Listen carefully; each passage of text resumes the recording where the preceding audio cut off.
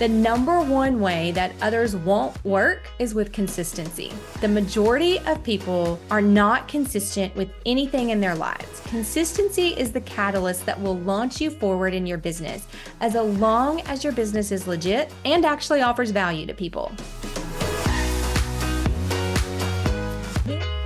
Work today like others won't, so you can live tomorrow like others can't. Welcome to Momprenista Life. Today, we are going to unpack this powerful statement and discover that maybe it's not all it's cracked up to be. Or is it? If you've ever heard me speak or teach, you know that I point to my journey with Mary Kay Cosmetics as a very pivotal point in my entrepreneurial career. It was there that I learned about organizing my home. I learned about the power of perseverance, and I learned about the importance of working with intention. And that was all thanks to Linda Tupin's Choices tape. Yes, I said tape because I'm that old. These are lessons that have stayed with me, influencing my approach to business and life throughout the years. This is also where I first heard the phrase, work today like others won't, so you can live tomorrow like others can't. I took this advice to heart and worked like no one else I knew to achieve big milestones in short amounts of time, including earning my first promotion the day I launched my business. I completed directorship in 30 days and became like a 1-month wonder that everyone was touting. And I fast-tracked my way to earning a pink caddy and getting my name inked in the high commissions and bonus totals of the company magazine. I bowed out of Mary Kay because I wasn't supposed to be there. And I moved on to other entrepreneurial endeavors. That's another story for another day. But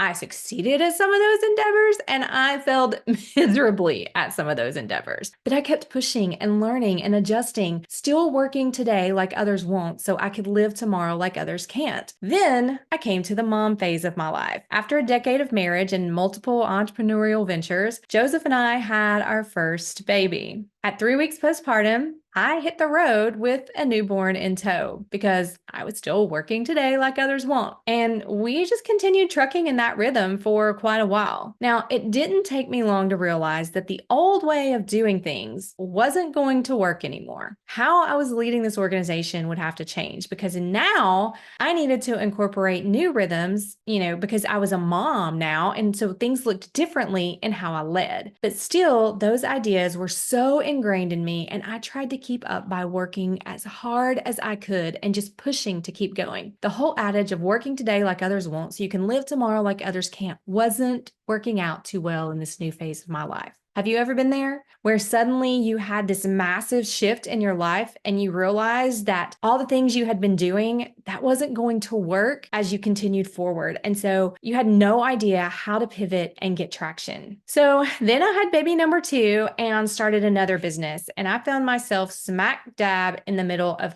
hustle culture yet again. This led to ridiculous exhaustion and me wearing the crazy supermom badge of honor. Y'all know that one, right? I was telling myself and others that the only way to get things done was to get no sleep, working all hours of the night, and then trying to manage kids all day. It was here, during this time of overwhelm, that I hit a breaking point. Every day I was questioning how this was supposed to work. How in the world was any of this good for our family? How were we going to survive and grow our business this way? Because I was exhausted and I couldn't keep up this pace. I realized that the principles I had been following were not working for me as a mompreneur, and I desperately needed a change. I fell on my face and prayed for guidance, begging God to show me how in the world I needed to do this, because this hustling today like others won't so I can live tomorrow like others can't, it was draining me. I was miserable and my kids felt it, my husband felt it, my team felt it, and I needed a new reality. So at that point, I did what I would tell anyone to do.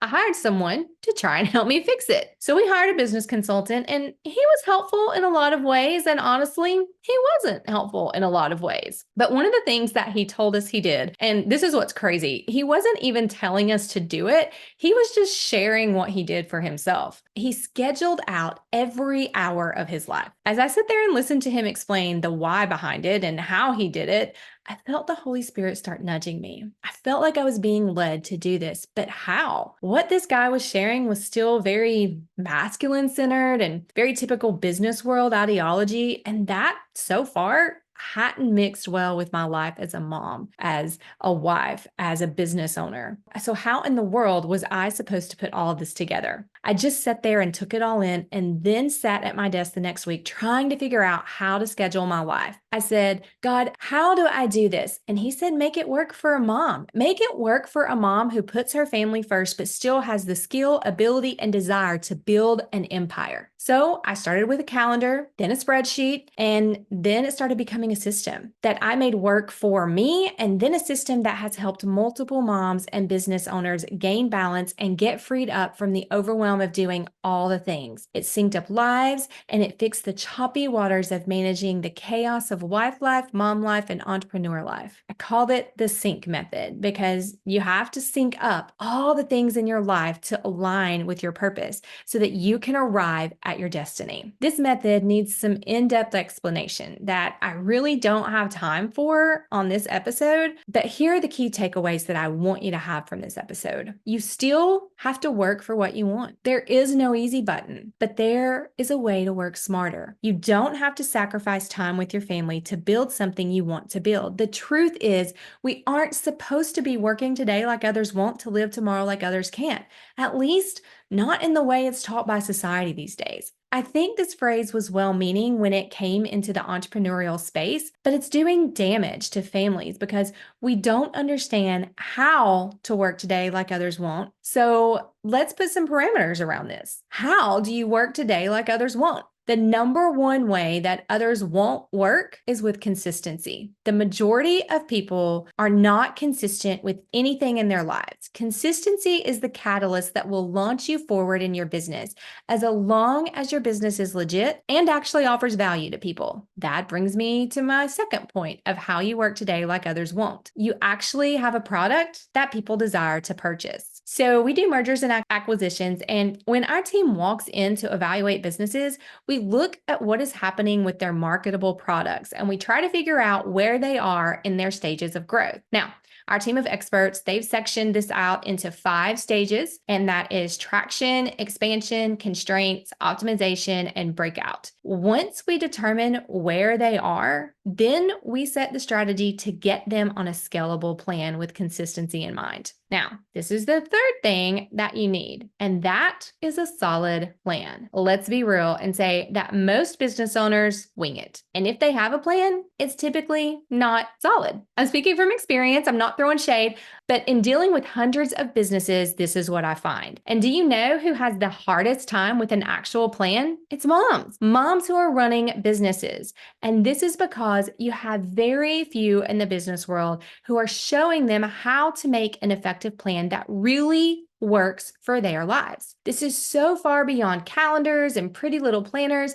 This is setting up a system that leads to consistency in your home and in your business to help usher in peace and scalable growth. And all of that matters. Now, here's a hard one for a lot of people. The fourth way that people work today, like others won't, is by choosing how they spend their time. And if we're honest, we all have a hard time with this. But this is why a synced life plan and learning to schedule out every hour of your day absolutely matters. Because if you catch yourself with an hour to spare, what are you doing? Let's just get real for a minute. Can you do that with me? When you're on the toilet, what are you doing? When you're driving, what are you doing? When you're nursing the baby, what are you doing? When you have any downtime at all, what are you choosing to do? So I'm going to share a couple of stories that I hope help shift your perspective on a couple of things. A few months ago, a girl that worked for me said, "So, what kind of music do you listen to?" And I said, "Well, I don't really listen to music a lot, but when I do, I like praise songs or,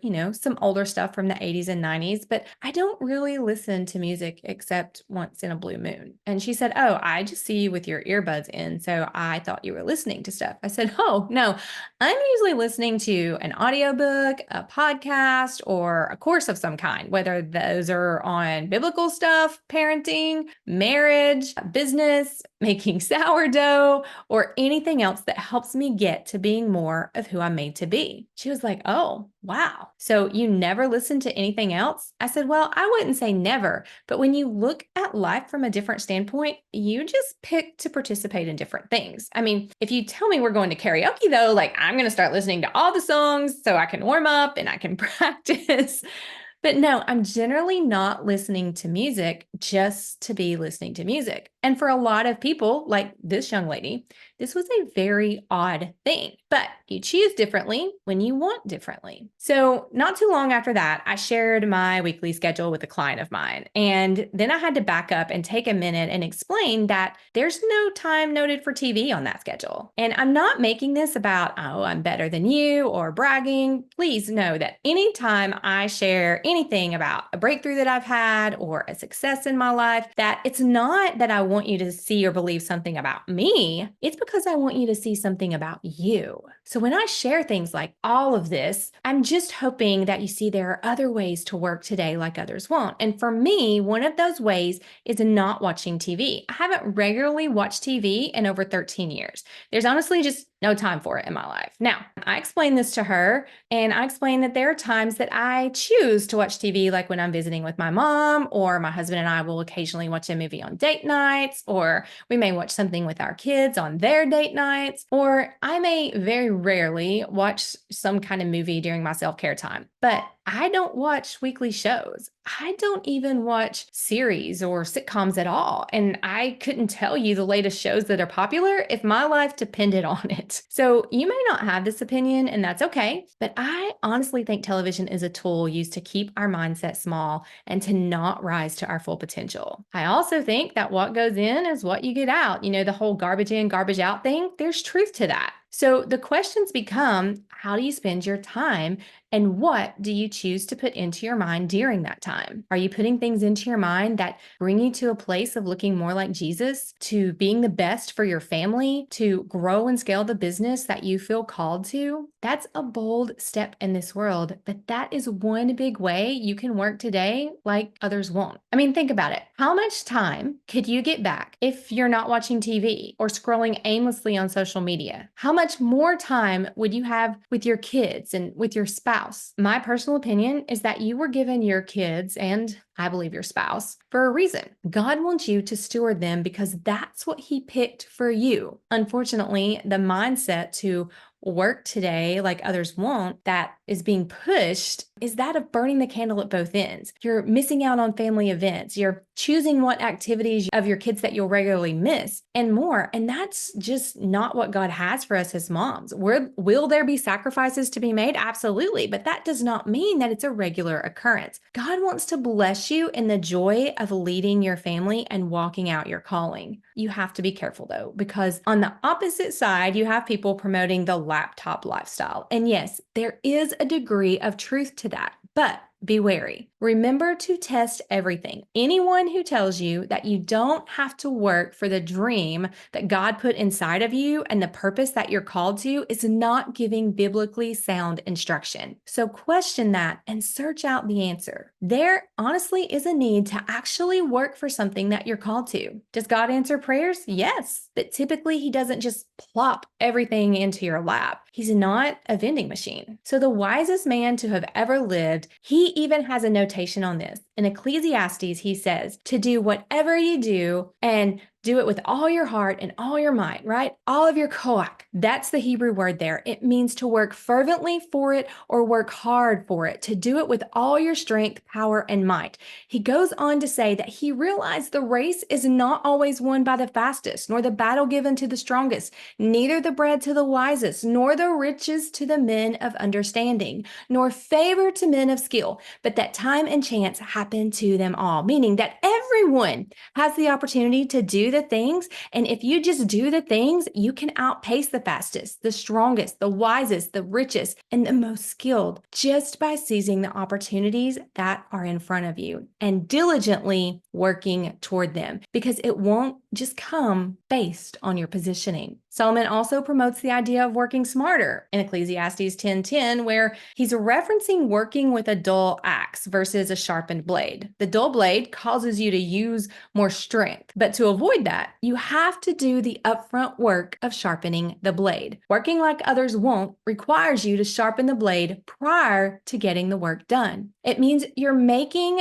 choices of how you spend your time and not wasting it on things that are not going to produce a positive change in some way in your life. It means you are scheduling things out in a way that works for you. And that is strategic to help you attain your goals. You're not doing this in a passive way of, buy another pretty planner and put your appointments and the kids' games on it. It means you are consistent in doing the work that gets you to a scalable place in your business. The work you put in up front to sharpen your act, aka to plan your life, it matters. It puts you in a place of being able to play offense instead of defense all the time. But honestly, most people don't do this hard work because they don't see the value of it, because it seems too tedious of a task. But let me tell you, when you actually do it, it makes such a difference. The level of freedom it brings is astronomical. So be sure that if you're working today like others won't, so you can live tomorrow like others can't, that you're doing it correctly. So I hope this was edifying for you. And if it was, let me know, but I'll talk to you next week. I hope you have a fantastic week. Bye.